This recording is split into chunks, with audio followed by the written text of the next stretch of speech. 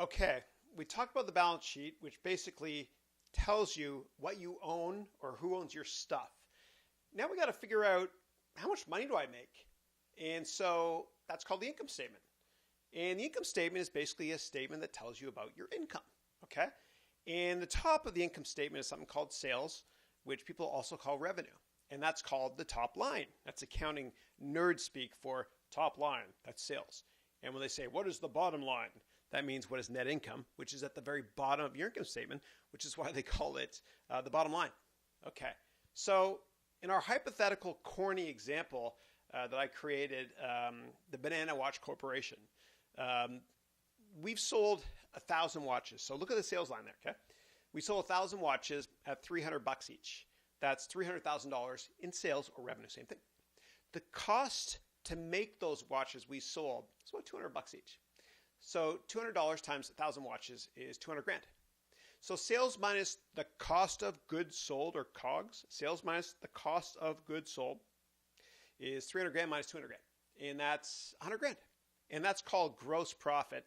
Don't ask me why the accounting idiots call it gross profit. It is what it is. Okay, it's just profit that's gross. I don't know why it's gross profit. Stupid. So that's 100 grand.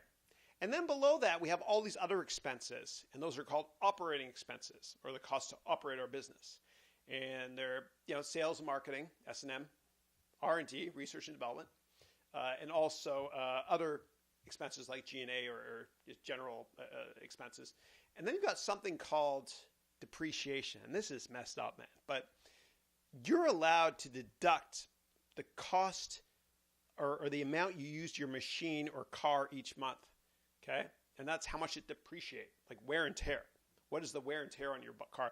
It's so crazy, but you can deduct it, right? And it's awesome you can do that, and I'll tell you why. Because the government wants you to invest in your business by buying more machines or more cars. And so the tax benefit is this. If you can deduct that as an expense each month or each quarter, depreciation expense, even though it's not real, then the tax you pay is lower, right? Okay, so sales minus the cost of goods sold is gross profit.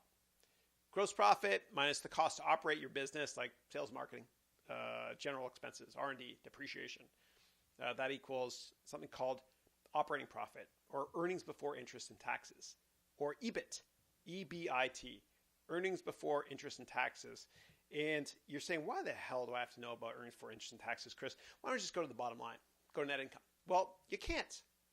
Why? The reason is because every country in the world, and every state, and every industry, and every company has a different way of paying taxes. Everyone pays a little bit different taxes.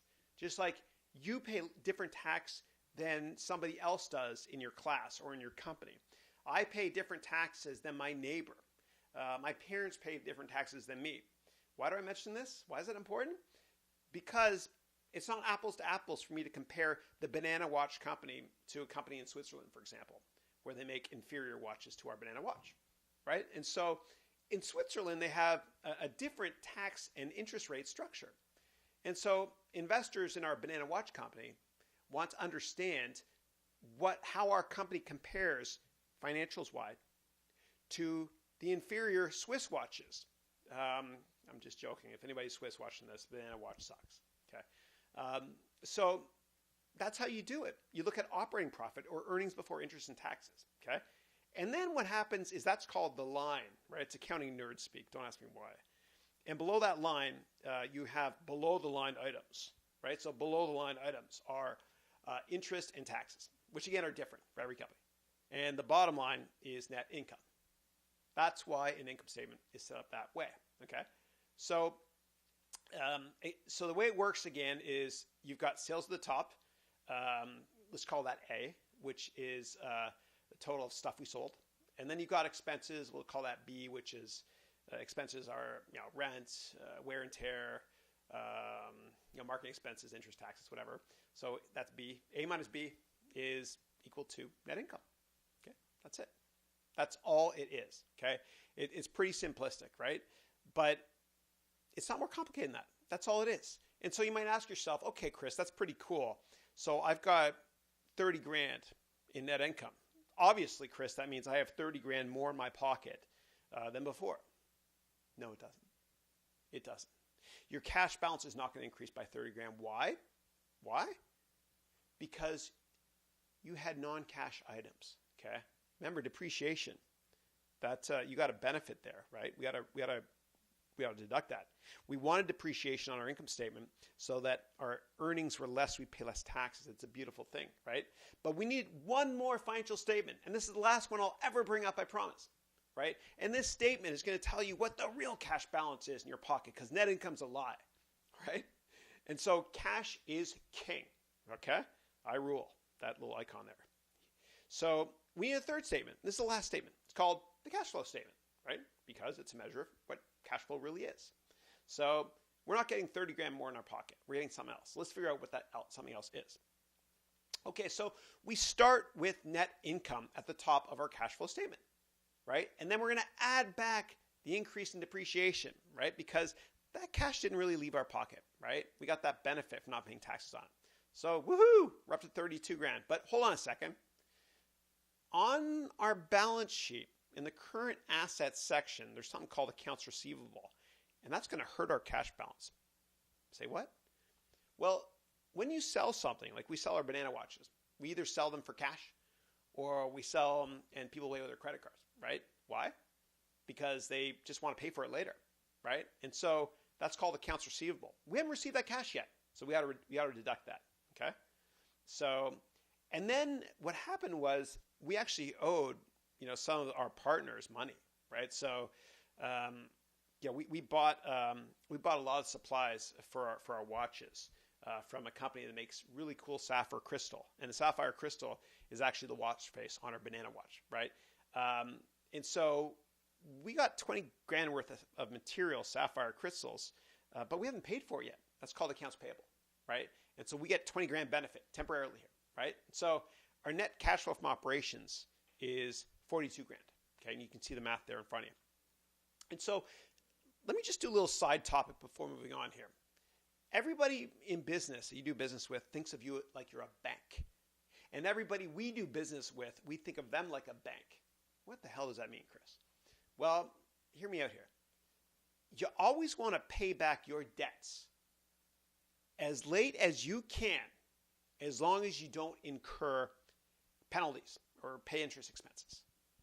And everybody else that does business with you, they want to screw you. I don't mean in a bad way, but they want to pay you back as late as they can, as long as they don't receive a penalty or have to pay interest expenses to us. And so other people think of us like a bank, and we think of other people like a bank, right? And the reason you do that is cash is king. You want to hold as much cash as you can for as long as you can, right? And the interest rate benefit is great. So let's assume interest rates were 12%, okay? And they will go up because we'll never get lower interest rates than we have right now. So they're 12%, right? That means if I pay everybody back a month later than I should without having a penalty, that's an extra 1% benefit I get that month. Times 12, that's 12%. So anyway, you get the idea. Okay, so we talked about cash flow from operations. Okay, so let's talk about cash flow from investing. Okay, so we bought a machine. We paid 40 grand for it, right? And so we invested in our company. And so that's going to hurt us. We lose 40 grand there, right? But we actually have cash flow from financing of 20 grand because we got a loan for 20 grand.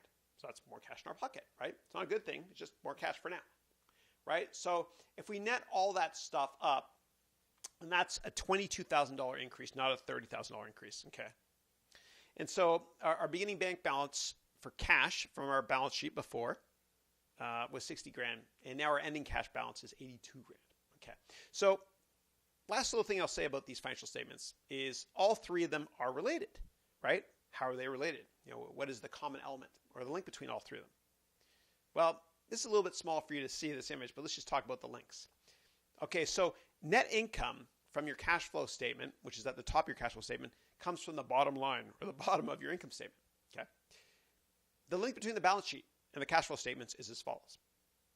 The cash balance at the beginning of the period is at the bottom there, or second to the bottom line in the cash flow statement, is also on your balance sheet, okay? And then lastly, net income from your income statement, or the bottom line, is also reflected on the balance sheet in equity. Okay, what?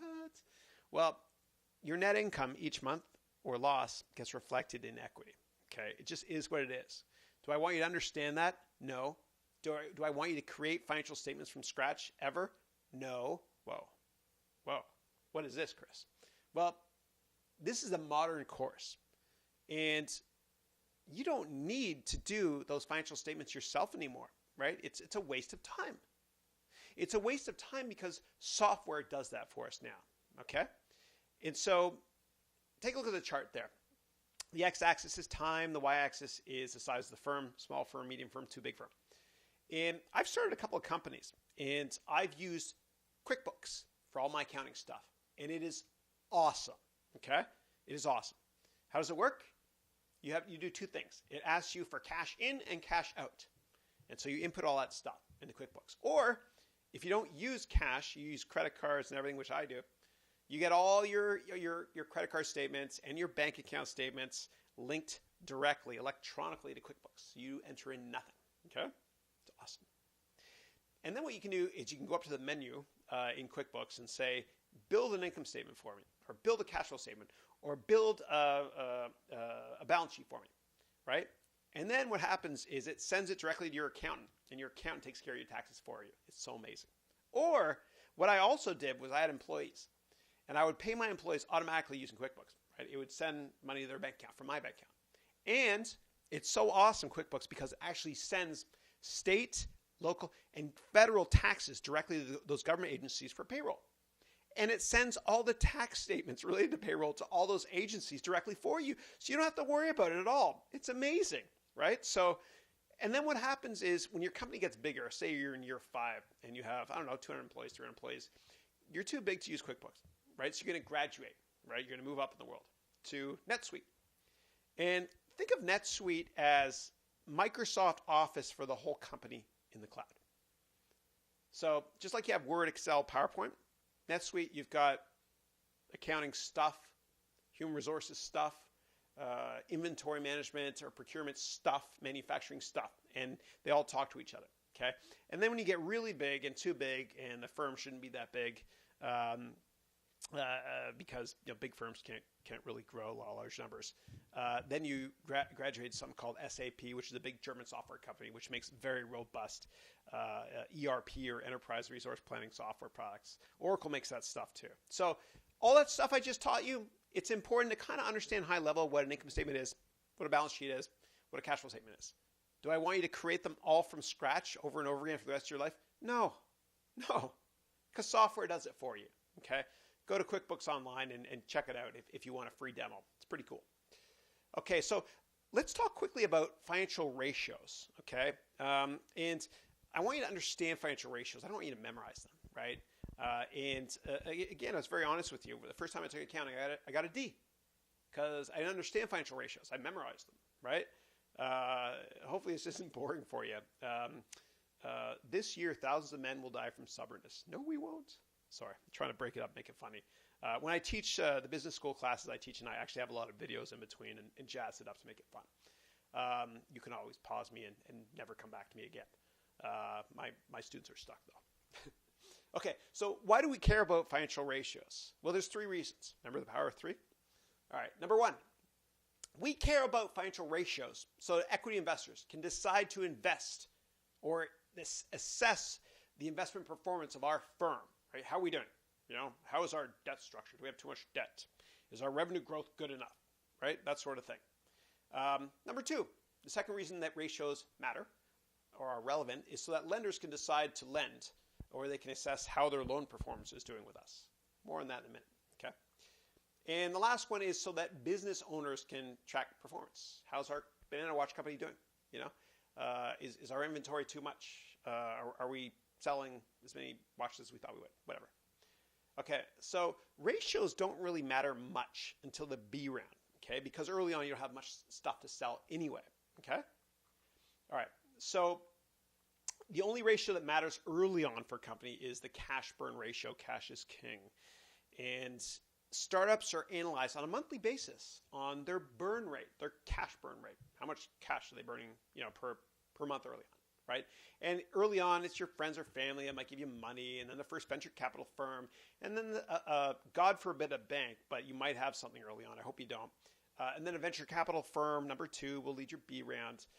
And then later stage, you'll have another bank or an investment bank, or a mutual fund or hedge fund will own you when you're public. And the private equity firm like KKR will pull you apart and take you private. Don't worry, we'll cover all that stuff later, right? But cash flow is very important towards the end of the process, much more so when companies are taken out of circulation. I'll explain that later. So let's look at trends and ratios for the Banana Watch Corporation. So I know it sounds nerdy, but I want you to learn to enjoy reading financials like a good book. Okay. One data point does not make a trend, but a couple do.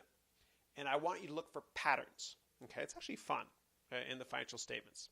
Okay.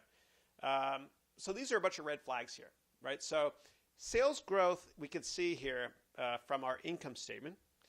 Between year 1 and year 2, sales grew 25%. Woohoo! That's great. Sounds good. However, we're going to look at every other line item to see if good stuff or bad stuff is happening. So green is good, red is bad. Okay. So 25% growth is good, right? However, gross profit margins, meaning gross profit divided by sales, went from 35% last year to 34% this year. Yeesh. That's a red flag. We're becoming a little bit less profitable, right? Marketing expenses went from 10% of sales last year to 11% this year. Yeesh. That's a red flag. Employee-related expenses went down a little bit from 7.3% to 6.8%. Okay, that's good. And if we go down to EBIT, or earnings before interest and taxes, right? EBIT divided by sales, or operating profit, went from 10% of sales to 8.6%. Yeesh, that's scary. We're becoming less profitable. And then what happened was our net income, you go to the bottom line there, net income divided by sales, or profit margins, right? Net income divided by sales. Usually when you talk about margins, it means stuff divided by sales. So our profit margins, profit divided by sales, went from 5.1% last year to 3.6% this year. Yeesh. That's a scary ratio. That's a red flag. Okay. Now, if you look at, this is the balance sheet, right? Our balance sheet. Let's analyze this really quickly, right? Look for trends. Yeesh. Looks like our cash balance went down $20,000. What the hell is happening, right? That's bad, right? And our inventory went up $110,000, should say thousands. Why is inventory going up? What's going on here, right? And we can look at, well, what's financing inventory? We couldn't have just used $20,000 to finance an increase in inventory of $110,000, could we? Well, let's just look down the rest of that balance sheet and find out what's going on. Okay. We got a $20,000 short-term loan. So our short-term loan went up $20,000. I guess we were financing the increase in our inventory by getting a short-term loan. And we got $40,000 increase in long-term loans. We went from $20,000 to $60,000, right? So we're financing, sorry about that.